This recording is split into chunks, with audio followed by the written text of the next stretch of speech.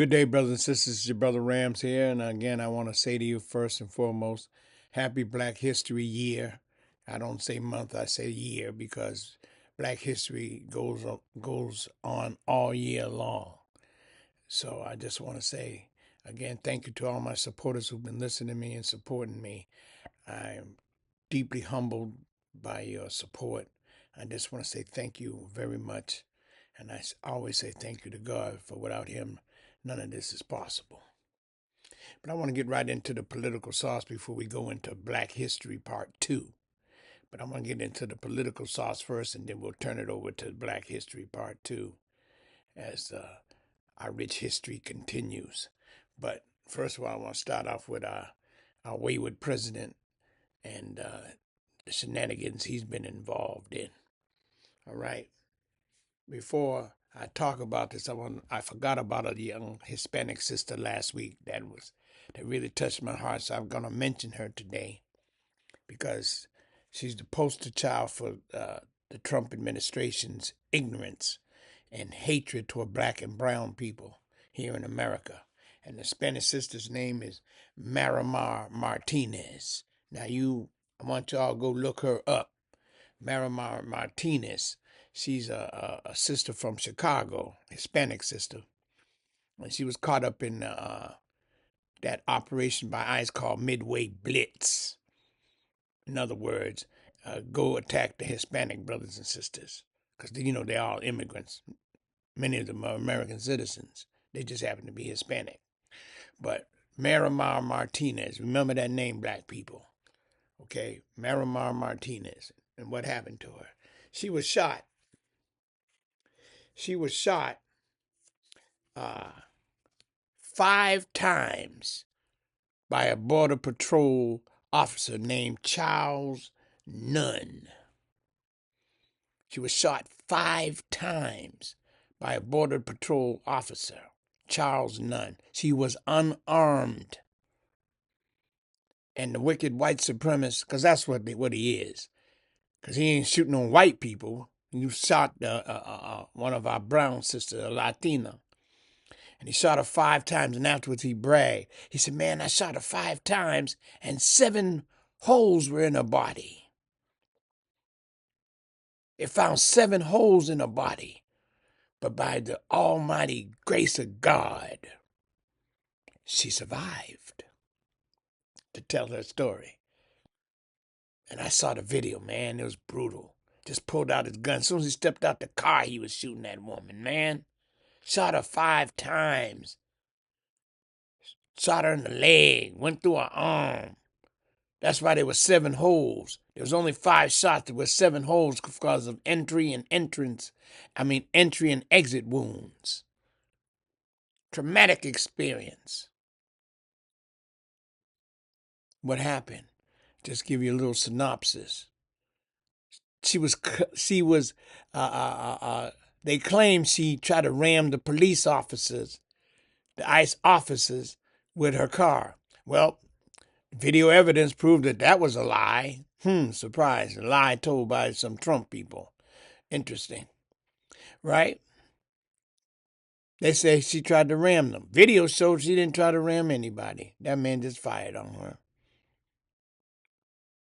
Then once the video evidence came out, guess what happened? All charges were dropped. Really? Okay. But now guess what you got on your hands now? Sister Martinez now is suing you behind. And I hope she get every last penny. And then some. And then some. So we pray for our sister Marimar Martinez because that's a tragic thing and that's something that just doesn't go away, man. She's going to need therapy upon therapy for that sister to get blasted for what? For what? Can you imagine getting shot 5 times? Bullets going all through your body? She's a Chicago native. Marimar Martinez. Don't forget that sister's name. If you see her name or if you see her on TV, listen to her. Because I want you to see the story about this wickedness here in America. from one of our Hispanic sisters. From one of our Hispanic sisters. Remember, this administration has declared war on black and brown people in America. As a matter of fact, I'm telling you, pulling your coat right now. They're trying to find more and more ICE facilities here in America, better known as concentration camps, to put black and brown people in. Pull your coat, black man and woman. They're trying to buy these old warehouses in these different towns. But guess what? See, God is so good. A lot of these towns are saying, no, you're not. We ain't, you can't buy that here. We ain't letting you buy nothing like that here. We don't want nothing like that in our town. And that's even from Republican states. They don't even want it. They're setting up concentration camps for black and brown people. I'm pulling your coat, black people, because this is Black History Year. This is what this Trump administration is about. Remember, these are white supremacists. Donald Trump, remember? The Post. Oh, yeah, and by the way, I want to say something about that. Remember, his alibi was, some Trump supporter from the White House erroneously posted it. But of course, we said, but the post came from your social media page at 11:45 at night. And that's right around the time when you start posting your poison. Strange coincidence. You mean the White House staff have access to where you do your social media? They was around there then? Lie. And this is what makes it a lie. Went up. The reporters now this week, this happened last week, but now this week they asked, the reporters asked him, his lie was it was a staffer who did it. They said, well, you said it was a staffer, then I want to ask you, what did you do to that staffer since it was a staffer to put such a racist, vile posting on your social media? You know what he said? I didn't do anything. I didn't do nothing to him. So you agree. So at the worst, you agreed, even though we both know you're lying. Remember I told you, all convicted felons are liars. Not all liars are convicted felons, but all convicted felons are liars. And keep hold of that. Keep that under your hat. All right, brothers and sisters. So I just want to say that. And there's another thing I want to say, and I'm going to keep saying it. All right? I'm going to keep saying this because it's bugging me, man. I'm going to ask you all. When it comes to discussing immigration,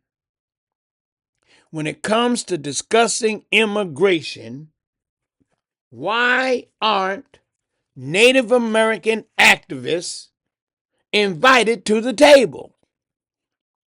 If we're supposed to be having a meaningful conversation about immigration, how come the Native American activists aren't invited to the table? I'll tell you why, because you don't want to hear the truth.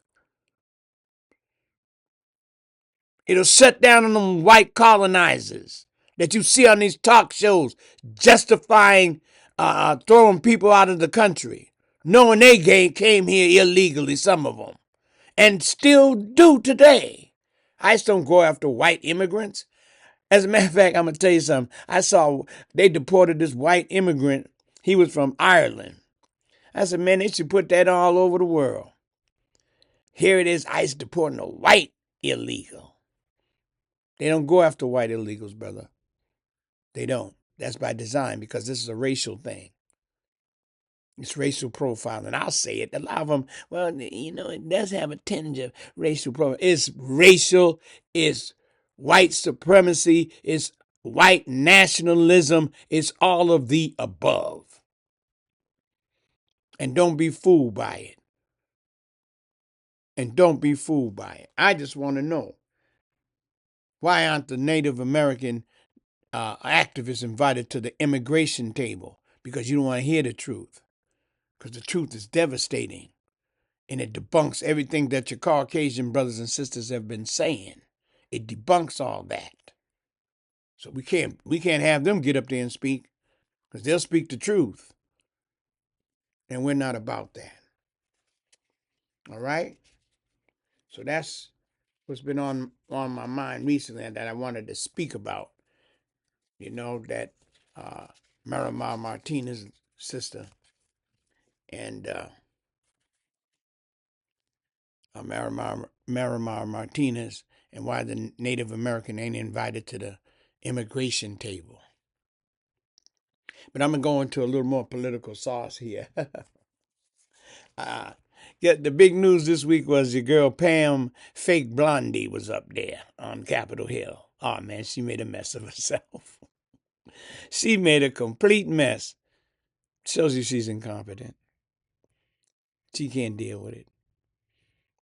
And what happened was, is I found it kind of interesting. She accused the representative Thomas Massey. Remember him and Ro Khanna, I keep bringing up the Epstein files.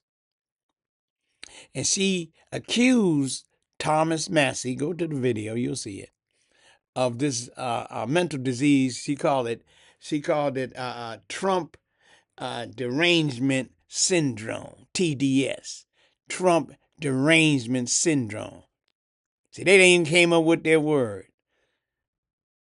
to label someone who criticizes the president. It's Trump derangement syndrome. Pam fake Blondie. Okay? She up there talking about that with Massey. All right? What is this Trump derangement syndrome? What is it about, Brother Rams? I'll explain it to you. It's foolishness, but I got a counter name for them. So we want to play tit for tat, baby. I'm from the street. Back in my day, I don't care about that foolishness. You throw, we throw. That's how this goes. You throw, I throw. And then we see who's standing at the end. All right? She called it the Trump derangement syndrome. And this is it's a term used by the Trump supporters to describe what they perceive as irrational and aggravated, or obsessive criticism of Trump. You criticize Trump too much, you're suffering from Trump derangement syndrome, TDS. I said, oh, that's a cute little term. Something to justify his criticism. But now I got to give you all a name to say to them.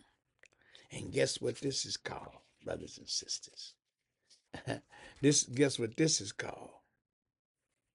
This is going to be called TPS. Brother Ram, what's TPS now? This is what you say to him. TPS, what does it stand for, Brother Ram? It stands for the Trump puppet syndrome. The puppet syndrome. TPS. Trump's supporters, especially his cabinet, oh my God, they're a disgrace. They all suffer from the Trump puppet syndrome. What are the characteristics, Brother Rams, of TPS? And I'm going to give you some right now. Let's break it down. His cabinet members, especially, they simply cannot accept the objective facts. They don't want to accept it, but neither does the puppet master. You lost the 2020 election. No, I didn't. It was stolen. I was robbed. The machine was, something happened to it. Go down there and mess up the election. Can't accept objective facts. You lost. And neither can his puppets. And that's what they are. Here's another characteristic of TPS. They simply can't simply accept the objective facts.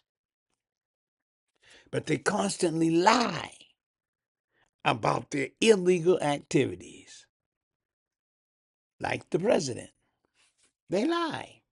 They simply lie.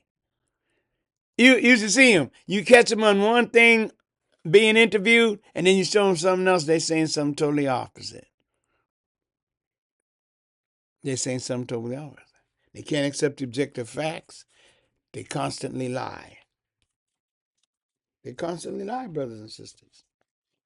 And this is a syndrome, a symptom of TPS. They repeat exactly what the puppet master says, verbatim. That's why it's the puppet, because they quote exactly like the puppet master. You would think if you close your eyes, you're talking to the puppet master himself. They use the exact same words. All right? Here's a fourth symptom. They often deflect from answering pertinent questions. When you ask them questions about what they've been saying, this is what usually happens. They are easily agitated. Watch their body language, brothers and sisters. Watch their body language. They start what? You see them, their body position change, the look on their face. And then here they go get ignorant because they're confronted with the truth. Remember, as it says, when truth comes, falsehood flees. Those are the four basic symptoms of TPS, Trump Puppet Syndrome. Again, what does it deal with? Simply cannot accept the objective facts. Constantly about a lie. They constantly lie about their illegal activities. And third, they repeat the exact same words verbatim as the puppet master. Once he says something, every last one of them, Marco Rubio, Christy Nome, Pete Hegseth, all of them, they all suffer from TPS. Got strings on the back of their back and on their head. They suffer from TPS, the Trump Puppet Syndrome. They say you suffer from TDS. They suffer from TPS, brothers and sisters. That's how that one goes. And that's important to understand. So again, this is important, brothers and sisters. But before I go on, I want to talk about give kudos to two people. I want to give kudos to two people who are out there fighting in our struggle on our behalf. And one of them, this has been a long time coming, and I offer my apology to mi amiga Latina. And this sister's a heavy sister, beautiful sister, sharp sister. Her name is Ana Navarro.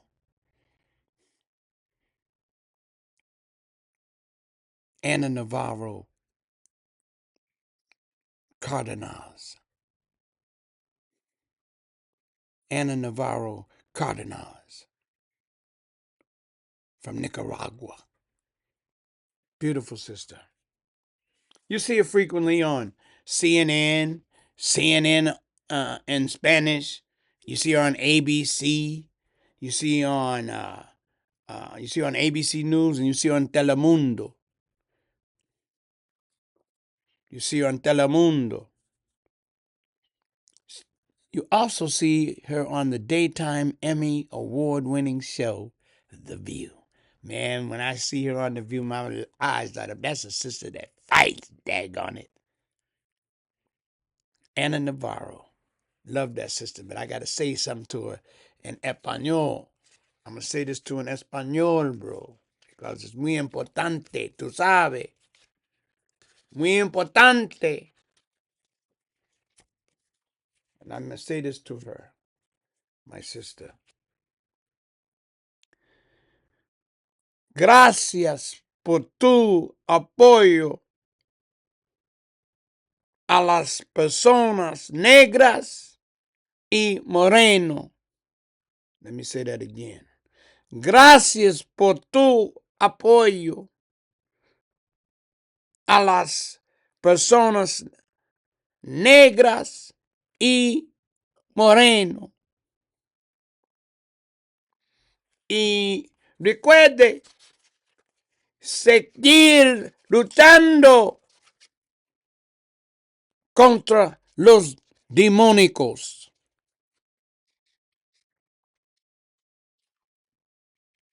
Recuerde, mi hermana latina, mi amiga latina. Recuerde seguir luchando contra los demonios. Demonios. Continúa la lucha. Sister, you keep doing your thing. Remember, God is with you. And if God be for you, who can come against you? So that's important to understand, my brothers. The second sister that I love talking about, she's a warrior queen. Love her to death. Sharp as attack. Surgical in her questioning. Very surgical in her questioning. And that sister's name is Jasmine Crockett. Jasmine Crockett, my girl. Let me get her notes up here.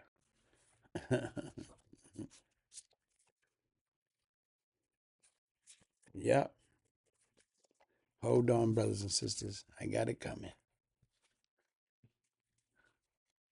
Got it coming. Oh, here she go. Jasmine Crockett, my sister. Man, keep fighting, baby. You should have saw her. Go to YouTube and see her eat Pam fake blondie. Now they both are attorneys. She can't touch Jasmine Crockett. Jasmine chewed her up and spit her out like a 8-hour piece of gum. On a lawyer tip. See? That's why I love our sister. She's a warrior. You hear me? She's a warrior. And I say to her too, keep fighting them Trump demons, man. Who come before you up there on Capitol Hill. Man, she'd shoot them down. But guess what?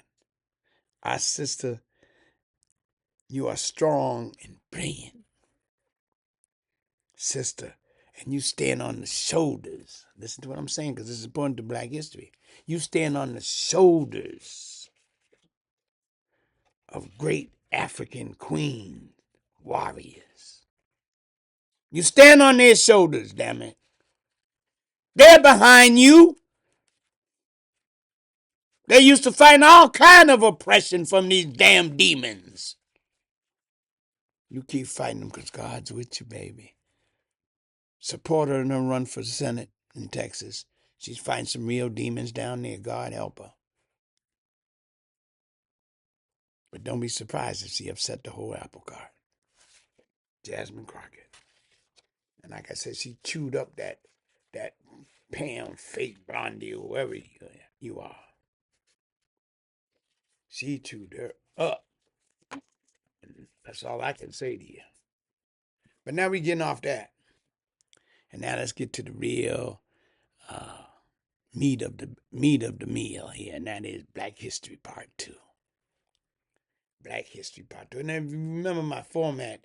The way I do this usually is I usually start across the water in Africa dealing with the kings and queens.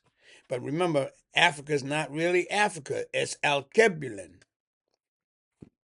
It's called Alkebulan. Africa was named Africa after the 5-star Roman general Scipio Africanus had conquered Carthage. So he renamed it Africa.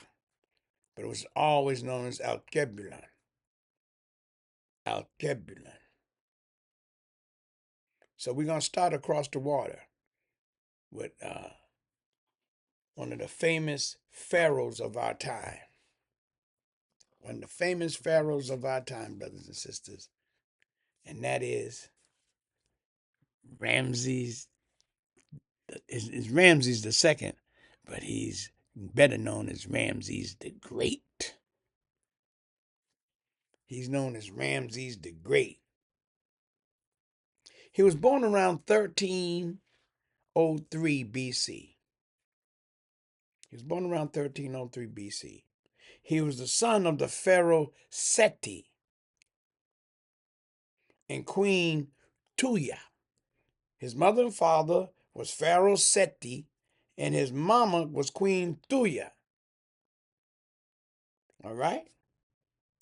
He died in 1213. Sorry. He was born around 1303. He died in 1213 BC. In his 90th year. He was just about to be 90 years old. That's a long time, brothers and sisters. That's Ramses the Great. And that's what he was known as, Ramses the Great. All right, let me give you a little history of one of the great pharaohs of our time. He was the third pharaoh of the 19th dynasty. 19th? I told you, brother. Egypt, again, that's not called Egypt. It's really called Kemet. Kemet. That's the real name of Egypt. The Kemet dynasties, there was roughly about 28, 29 of them. Now, and within each dynasty, there are a certain amount of pharaohs that ruled. It's not just one ruler during that time. There were several pharaohs and queens that ruled during a particular dynasty. And the last count that I remember was about 28 to 29 of them. Can you imagine that? So you got to say something to my Caucasian brothers when they try to tell you about your history. And that's a simple thing you say. It's not being disrespectful. You just say, excuse me, you don't know enough about my history to tell me about me. You simply don't know enough. Even your college professor don't know the history of the original people. So you can't question anything I say because I have knowledge of who I am. I have knowledge of who I am. And that's important to understand. But Ramses II, he was the third pharaoh of the 19th dynasty. He was regarded as the greatest, most celebrated and most powerful pharaoh of the New Kingdom. The New Kingdom itself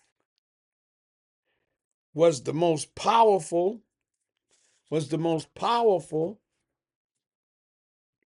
of ancient Egypt. So in the most powerful dynasty, he was the leader in that. Ramses the Great. He was widely considered one of ancient Egypt's most successful warrior pharaohs. Stop right there. I got to stop right there. He's a successful warrior pharaoh. What does that mean to you, brother? That means he was a fighter for his people. He was a pharaoh. He fought for the upliftment of his people. He fought for the upliftment of his people. That's what he did. I'm going to tell you some more stuff about him, but he was a man. He was a man that looked after his community, his family, his friends. He was a man. What does man mean? It means mind. And he was a strong-minded brother. He was a strong-minded brother. All right. He was a warrior pharaoh, as I said. He conducted no fewer than 15 military campaigns all resulting in victory. Good God, he was 15-0. But there was one time it was like a stalemate, right? And that was when the Battle of Kadesh. The Battle of Kadesh wound up being sort of like a stalemate. That's with the Hittites. The Hittites were people that, were rival to Egypt. But even then, it was a draw. It was considered a stalemate. And he was called the great ancestor by successor pharaohs. Remember, he's not the only pharaoh in the 19th dynasty. There are other pharaohs who came after him, but they called him the great ancestor. Daggone it. He was the great ancestor. And guess what? He reigned for 66 years, brother. He was the pharaoh of Al-Geblan. He was the pharaoh of Kemet. It's Egypt. And don't let nobody fool you, he was a black man. They always want you to think when he's Egyptian. Well, he's kind of an olive colored, like Eastern Mediterranean. No, Asiatic black man. Damn it! Don't let no Caucasian tell you that he was something else. You see all the exhibits that go around the country. Ramses the Great. That's who he is, Batman. Ramses the Great.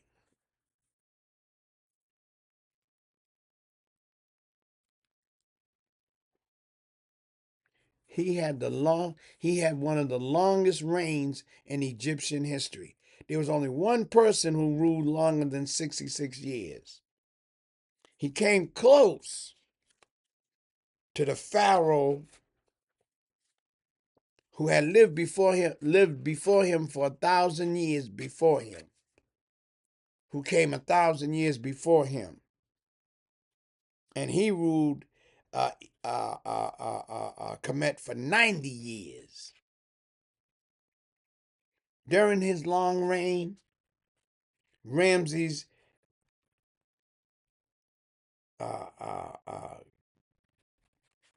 commissioned many monuments or buildings, projects, and one of the many building projects he did was the temple at Abu Simbel. The temple at Abu Simbel. Many structures he built, he had commissioned to be built.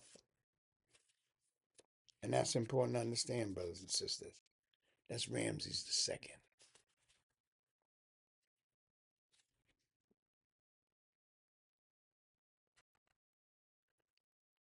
Now, this is the part where we're going to have a little discussion because it's the understanding of your history.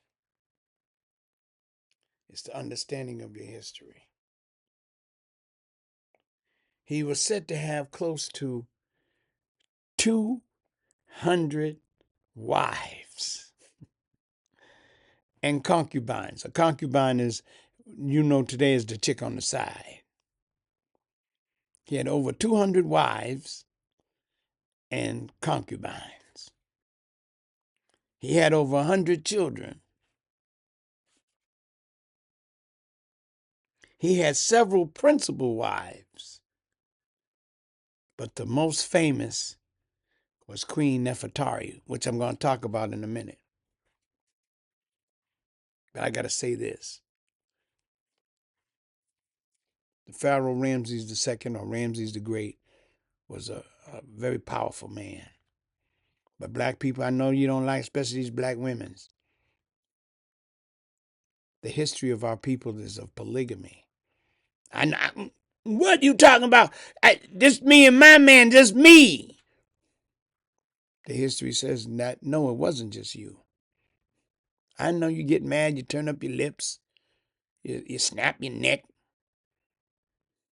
But you better understand your history first, because then you'll understand why certain things are the way they are with black men. Monogamy is not part of our history. is polygamy. You can take that or let it alone.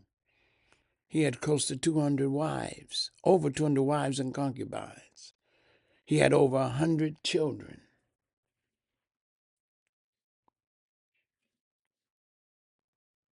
He reigned for 66 years. He reigned for 66 years, sisters and brothers. You know, he reigned for 66 years. And that's important for us to understand. He reigned for 66 years. And like I said, a lot of our sisters said, man, you know, I believe in just me and my man, that's all. I ain't, you know, I don't agree with that. Okay, you don't agree with it. I hear you.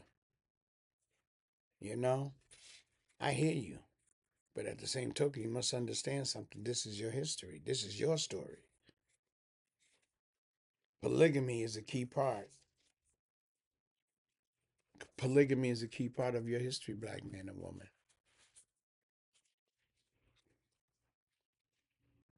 You know, that's something we must realize. That's something we must realize. He died. He died around 2013. Like I said, he was about 9. He was just about 90 years old. He reigned for about 66 years. And he reigned for 66 years. Which now brings me to my one of his royal wives. I'm gonna tell you about her. Very important, sister.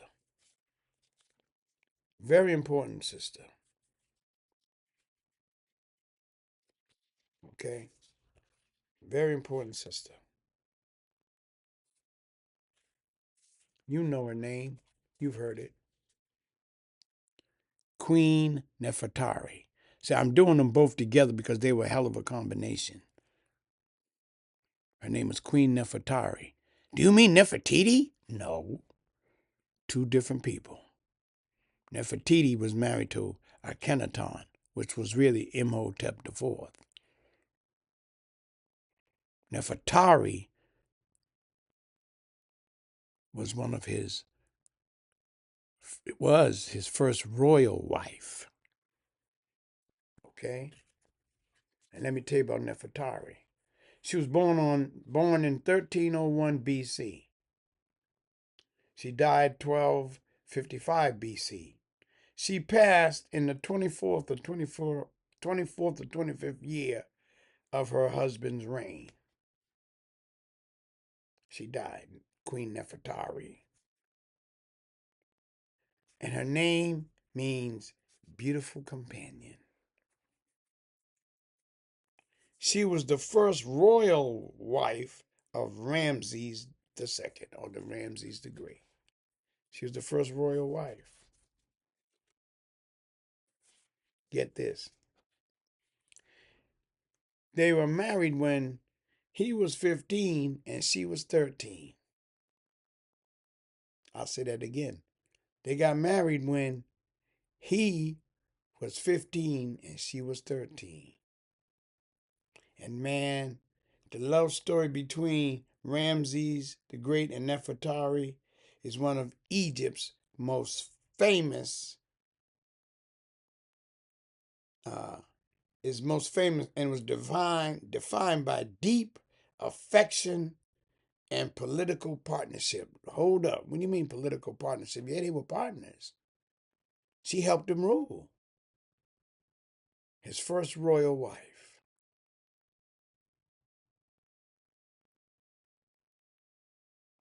And what he did for her,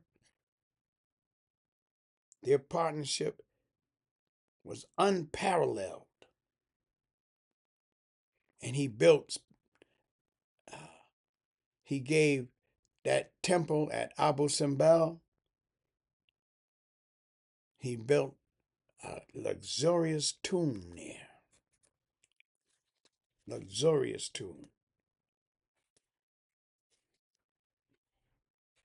She became the great loyal wife, with Ramses dedicating the smaller Abu Simbel temple to her. Right. He dedicated this temple at Abu Simbel to Nefertari. A luxurious tomb. And what did it do? What did he do? That was a rare honor. Back then, they didn't devote temples to women. They didn't. But he devoted a temple at Abu Simbel to his royal wife, his first royal wife, Nefertari, because their love was deep, man. They were childhood sweethearts. And you know what he called her? Brought kind of a tear to my eye to show you black love. He called her the one for whom the sun shines. The one for whom the sun shines. Nefertari. Beautiful companion. All right? And Ramses the Great honored her with, like I said, this luxurious tomb, cementing the love for eternity. He cemented this for the love, for her love. He had a deep love for his first royal wife. Now, I know you black women's out there, I got to talk about this too. Yeah, he had all them wives. Yeah, but I bet you he took care of all of them and all of his children. He was a tremendous leader. And black man and woman, you have to understand your history. Your history isn't monogamy. I know you want it to be because you want to assimilate with the Caucasian people, but that's not your history. It's not. You're polygamous. You could take that or let it alone, but history bears me witness. She knew he had other wives, obviously. But did that affect her? I'm leaving him tomorrow. He got that other woman over there. I'm getting my stuff and I'm leaving. Go where? You living in the palace. Black women, sometimes you got to think about what is your history. And your history relates to your relationship with your black man. But you don't see that relationship. So you take Caucasian values and put them on yourselves to try to make them work for you. But that's his story, not your story. Brother Rams, are you saying you favor polygamy? All I'm saying to you, brothers and sisters, that's the history of our people. Now, you could take it or let it alone. But this is our history, and it's best that it be told. Because once you know your story, then you'll understand why you do certain things and why certain things are done. But if you have no understanding of your history, any foolishness can develop. So realize that, my brothers and sisters. And like I said, she died 24, 25 years into Ramses the Great reign. She died. But he cemented her eternally by conducting this luxurious tomb at the temple of Abu Simbel. Nefertari means beautiful companion. So that's the king and queen that we got from across the shore. The king and queen we got from across the shore. Now we coming to the shores of America. Now here we go. Here's my part of my format. What I do usually, I emphasize scientists and inventors for black folks, men's and women. Because my Caucasian brothers and sisters have this distorted, twisted idea that they somehow are the masters of science and medicine and technology. Sorry, my brothers. No, you're not. Well, Brother Rams, what proof do you have? I'll tell you this much. Go to Egypt or Kemet and look at the pyramids. That's all you got to do. And then after you look at the pyramids, look at the Sphinx. Black man's head on the lion's body.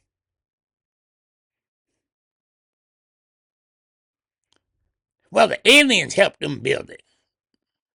Anything but the black man building his own. So they create up a scenario, my Caucasian brothers and sisters. But ain't no alien did nothing like that. That was black folks building. And that's what I want you to understand. So I use scientists and inventors to debunk that foolishness that it's mainly white people who discovered certain things, and that you as a black person didn't discover nothing. Your history started when you came to the shores of North America as a slave. And then after that, you spent your years begging white people for equal rights. That's how you're perceived in America. That you're a beggar. Little do they know you're a master builder. How many of y'all heard of a place called Timbuktu? It was part of the Mali Empire. It was one of the great learning centers of the world, not just in Alkebulan. It was in the world, man. One of the great learning centers in the world. And white colonizers came there, and first they were burning stuff down. They were burning up the records. But then when they read some of them, they said, wait a minute, there's some heavy information in here on math, science, archaeology, medicine, law, politics. Manuscripts written by black people.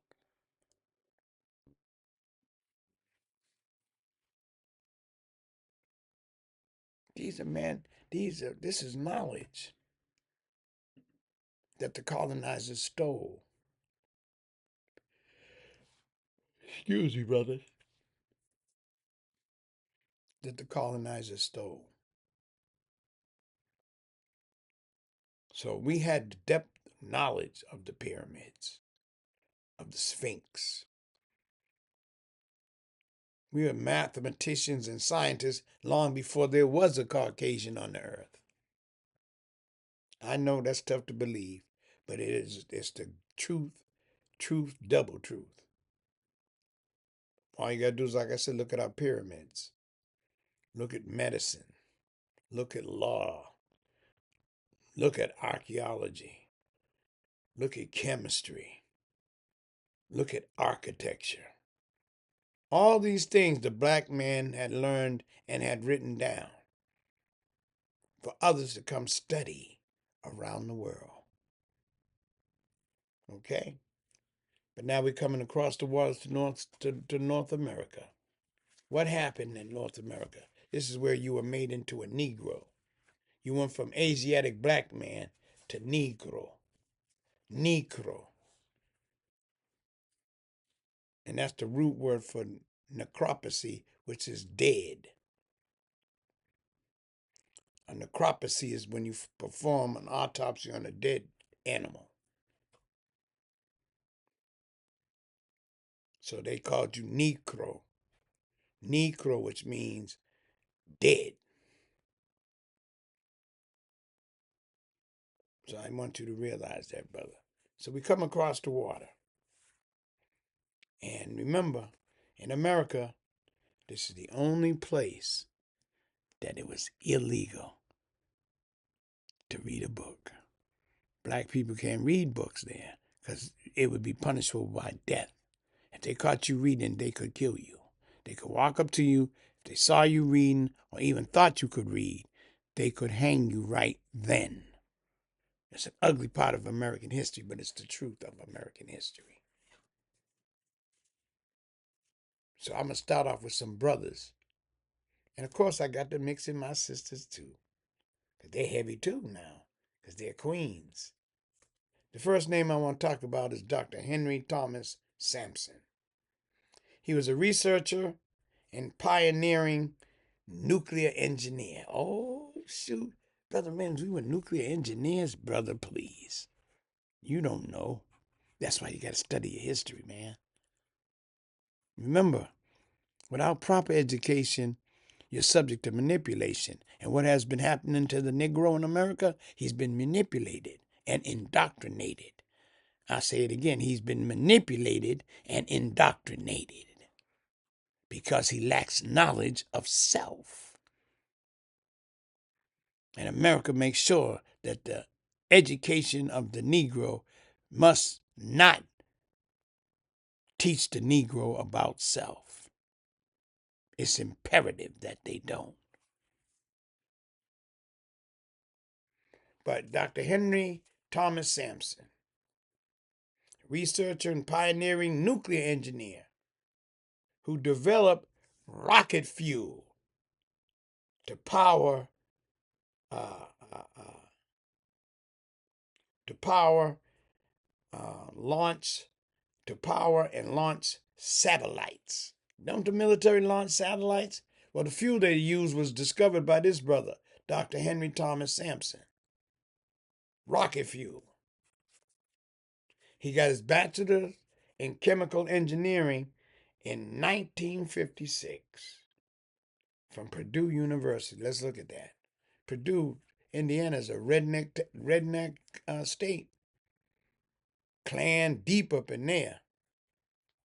In 56, he got his bachelor's degree in chemical engineering. He got his master's in chemical engineering from UCLA in 1961, and in 1967, Dr. Sampson became the first black person in the U.S. to earn a doctorate degree in nuclear engineering. And that was in 1967, man. And he got it from UCLA.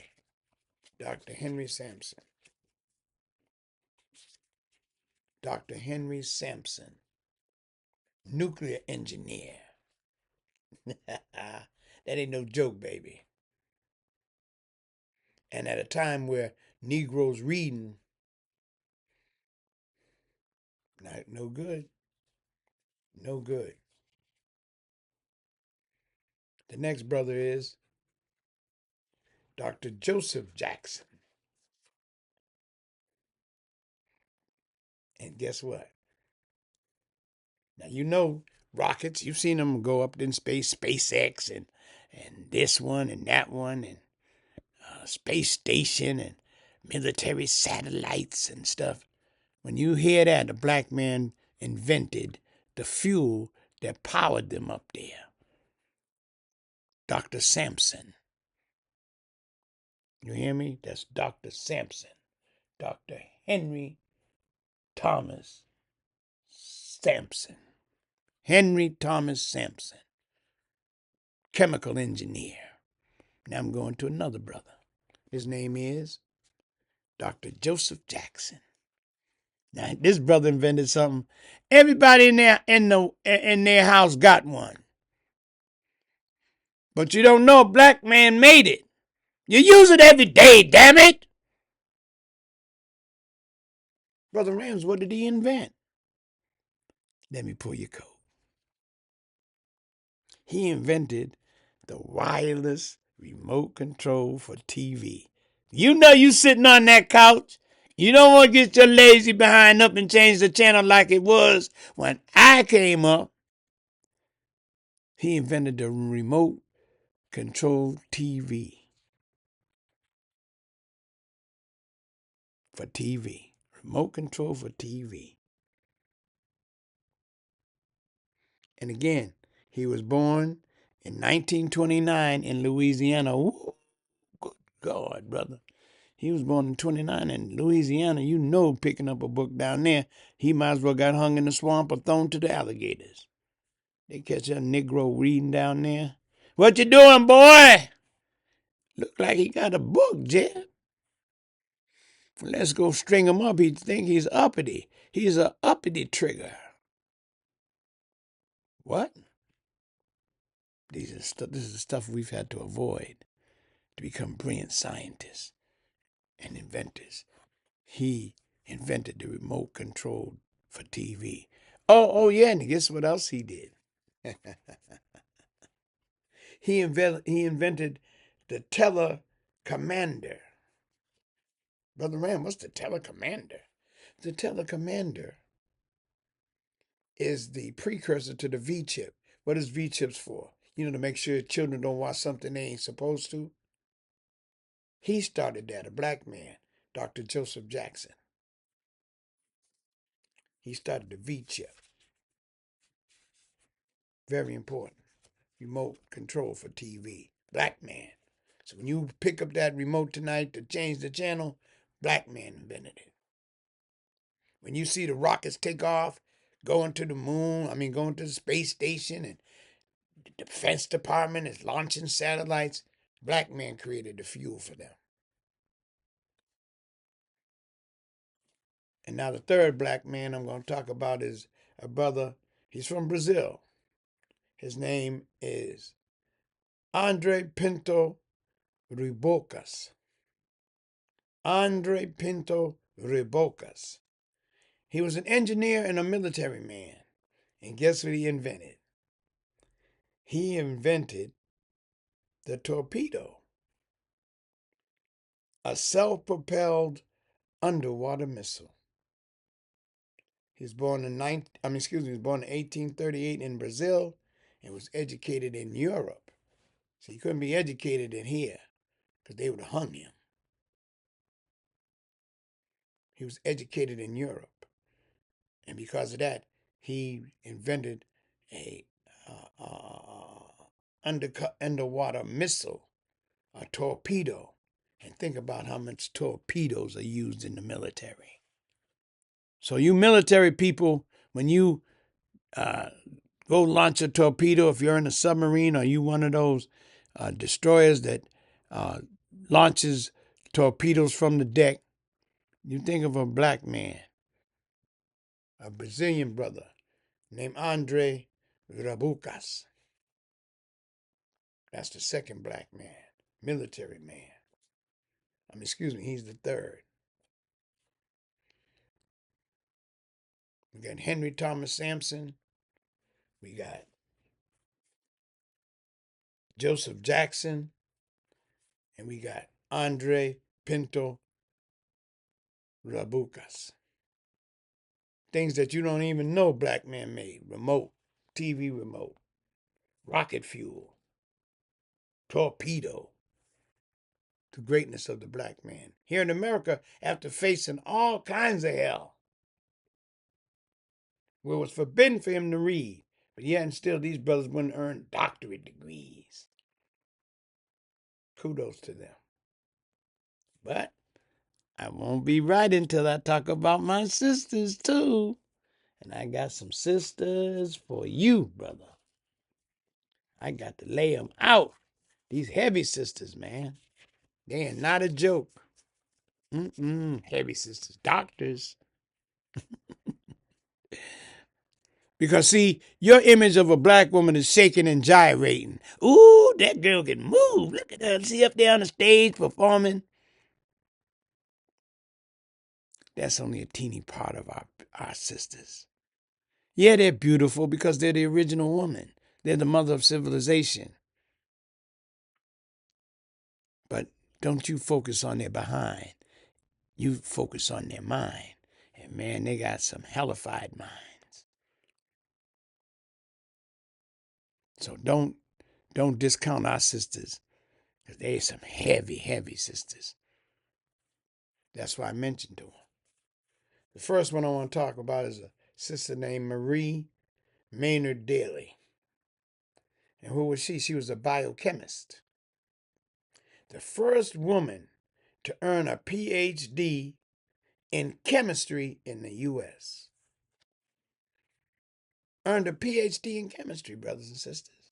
She ain't no joke, baby. Earned a degree in chemistry. She was born in 1921.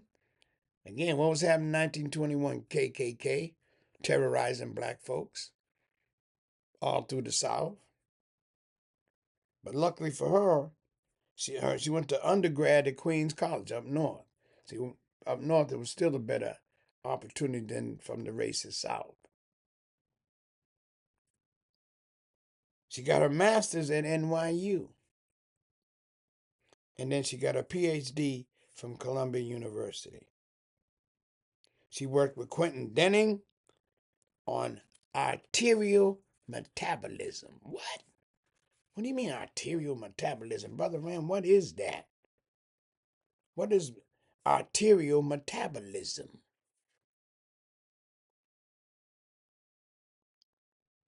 What she did was she explored the link between high cholesterol, many of us got that, clogged arteries, and increased risk of heart attack. An increased risk of heart attack. Our sister, Dr. Marie Daly. All right? Oh, yeah. She also worked on protein synthesis. Brother Ram, what's protein synthesis? I'll give you a similar word and then I'll break it down. How many of you in high school heard of the word photosynthesis? Photosynthesis. That's the breaking down of light. And in photosynthesis, this is how we as humans get oxygen from the plants. It's called photosynthesis, the breaking down of light. Now let's look at that. Synthesis meaning the breaking down of. Photosynthesis, the breakdown light. But now protein synthesis must mean what? It's the breakdown of proteins. And how, again, it affects cholesterol, high cholesterol, clogged arteries, and the risk of heart attack. That's important, brothers and sisters. That's Dr. Daly. Next sister. She's a doctor. She was a doctor. Shirley Ann Jackson. Uh-oh. Shirley Ann Jackson. She was an American physicist. In 1964, she studied physics at MIT. That's Massachusetts Institute of Technology. In 1973, she completed her PhD in nuclear physics. Remember, one brother was a nuclear engineer, and this sister's a nuclear physicist. And you tell us about low IQ. Remember that old Remember that puppet and Flunky, Bondi, and all of them, and our white supremacist president. They always say low IQ, low IQ. Guess who got the really low IQ? You don't know. If the black man gave you a teeny bit of his knowledge, it would make you 1,000 times better. And this is from a country that said it was illegal for us to read. It was illegal for us to study. And we overcame that anyway. That's the tribute to the greatness of the original people. This is one of my favorite ones. Okay, she was the first black woman to earn a PhD from MIT. Let me continue that one. And she got that in nuclear physics in 1973. The first black woman to earn that. But this is one of my favorite ones. I spoke about her a year or two ago. Her name is Alexa Kennedy. She was the first black female neurosurgeon in the U.S. Neurosurgeon, good God, you going in the brain? Yes. And then I'm going to tell you some more about how heavy this sister was. She got a bachelor's degree in zoology. What zoology is? The study of animals from the University of Michigan. She continued at Michigan and went to med school. In 1981, she completed her residency at University of Minnesota. So she got her medical degree from University of Michigan. Then she did her residency at the University of Minnesota. And guess what she specialized in? Pediatric neurosurgery. What? She was used to working on the brain of little babies. Alexa Kennedy, Dr. Alexa Kennedy. Yeah, our sister can shake and gyrate, but damn sure they know what it is with math and science. They're doctors. All three of them are doctors. So I want you to understand that, brothers and sisters. This is Black history. And as I keep saying, we must teach our history. Because without a proper education, we're subject to manipulation, and that's what has happened to us. We've been manipulated. Like Carter G. Woodson said, we've been indoctrinated and manipulated. Time to teach our own. So we start with the history of our people, across the water and here. And we learn the proper names. Africa's called Kebulon. Egypt is not called Egypt, it's called Kemet. Learn the true names. You're not African American, you're not a Negro, you're not colored. You're the Asiatic black man. And your history's deep and rich. So teach your children it, brothers and sisters. So as I close, brothers and sisters, I want to say thank you for listening. I'll be back next week giving you some more Black History facts. And I'm going to do that throughout my podcast. It doesn't stop because it's Black History Month. That don't mean anything to me in that sense. Black history is every day because I'm black every day. So I can tell you something about black people every day. But again, thank you so much, brothers and sisters, for all your support. Continue to support me. Continue looking me up on YouTube. And may God bless you. And may He keep your family and you safe. Till next time, amen.